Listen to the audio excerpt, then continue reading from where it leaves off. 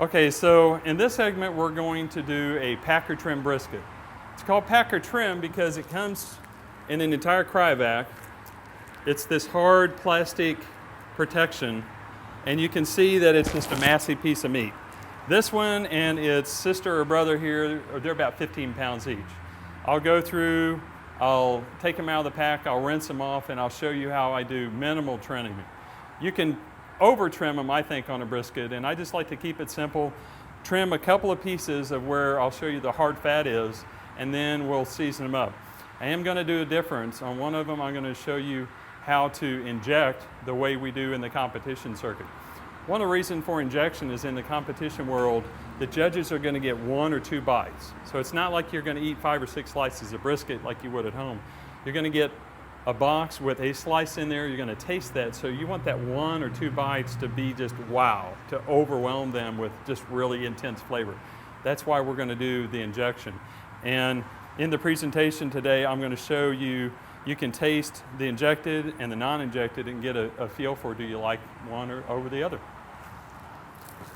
So let me take these out and go rinse them up. Just like all barbecue, I want to trim it up for presentation.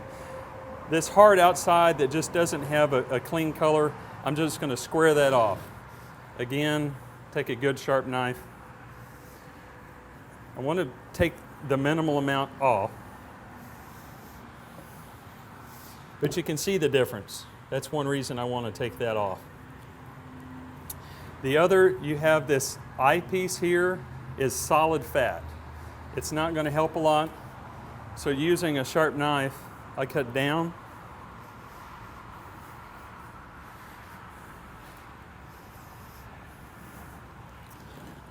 I come underneath. It's just a solid piece of fat. It's not going to enhance your meat. Let's just get rid of it so we don't have to mess with it while we're cooking.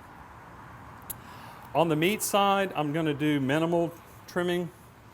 These pieces of fat that you see here, they're going to render out, so I'm not going to try to cut them out. Looking for any extraneous piece. Now, one of the unique things we're going to do today, we're going to show what a burn-in is. A burn-in is cubed up point. The point is the fattier piece of brisket. A lot of places, a local restaurant in town sells the moist end and the regular end. The moist end is actually from the point. On the back side, I'm not going to trim this fat off. I'm one of those that I like to trim the fat off after cooking. If you like to, you certainly can. I've exposed that side. I'm looking at this side, it's pretty clean. I'm going to start trimming the point down, and I'm cutting the fat in this part where the point is, where I can actually start seeing meat underneath.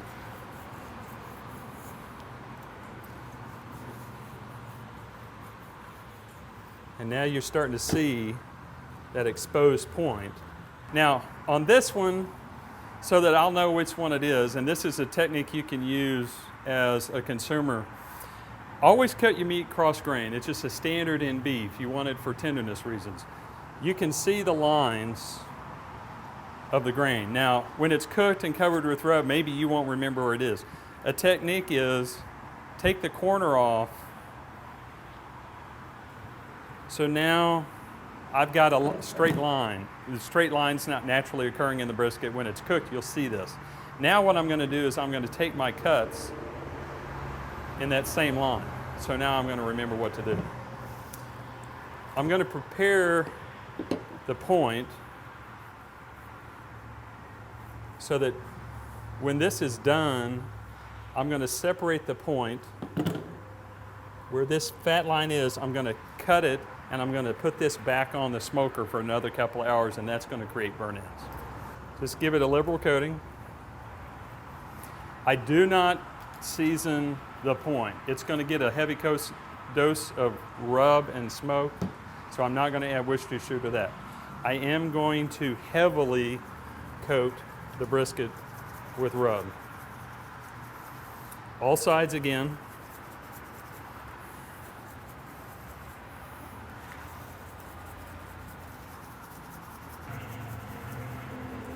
On average, I may use half this bottle. So what I'll do is I'll let that sit in the refrigerator for 4 hours. Then when I take it out to put on the smoker, I'll add an extra layer of seasoning. Dave and I were able to go to the local butcher before this, and we were able to buy just the point. So I'm going to show you, if you're lucky enough to find this, how to do the same thing with burnt ends without the whole brisket.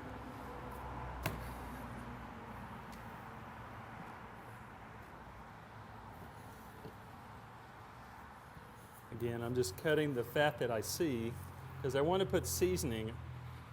The key thing about the point is there's so much fat between the muscle, the fat on top's not going to help any. I want to get rid of that fat so I can add seasoning.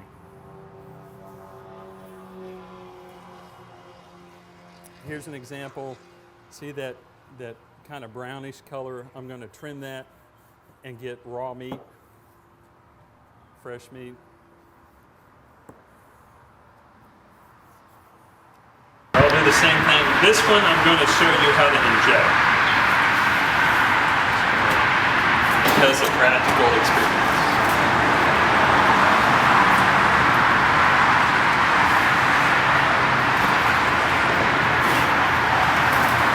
I'm going to wrap it in plastic for 2 reasons.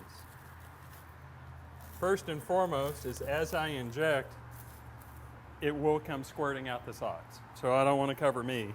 This is the magic injection. This is from David Butcher Barbecue. You'll see the consistency of this and the recipe we'll have in the online. Now, if you had smell-o-vision, you definitely would smell a beefy smell. If you go to a local veterinary supply, you can buy these needles.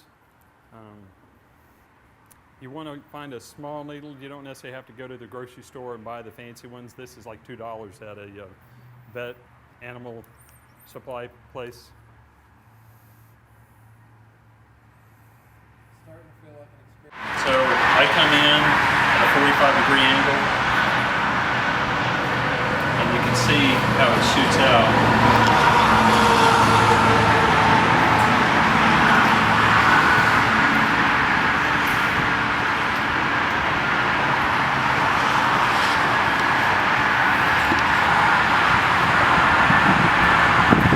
Plastic also allows me to kind of keep in mind where I've shot.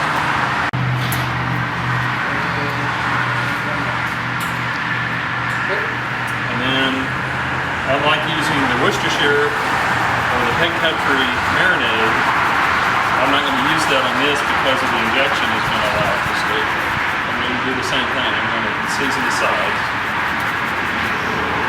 Season the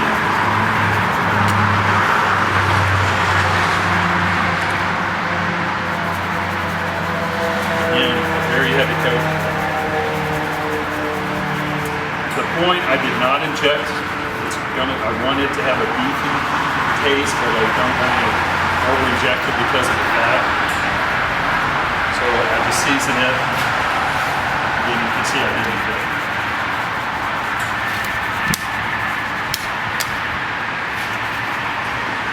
I basically used 1 bottle of this size for 2 briskets.